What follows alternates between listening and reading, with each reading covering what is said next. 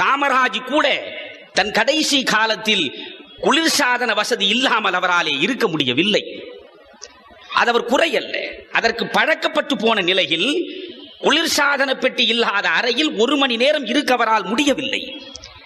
திருமலைப்பிள்ளை வீதியில் ஒரு நல்ல கட்டிடத்திற்குள்ளே தான் அவர் வாழ்ந்தார். அப்பொழுதுதான் அவருடைய படுக்கை அறையில் ஒரு ஏசி கொண்டு வந்து பொருத்தப்பட்டது. புரியுதா? ஏசியே இல்லை என்று தெரிஞ்சோ தெரியாத அள்ளி விடுறதுன்னு இப்போ நிறைய பேர் சொல்லுவாங்க. காமராஜ் அப்படின்னு ஏசியே கிடையாது, அதெல்லாம் போய் ஏசி அவருக்கு இருந்தது.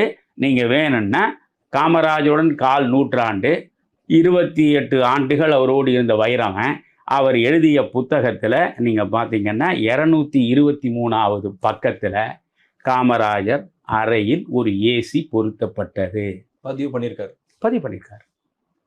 இந்த புத்தகத்தில் நீங்கள் 223வது பக்கத்தை புரட்டினீங்கன்னா ஒரு ஏசி பொருத்தப்பட்டது.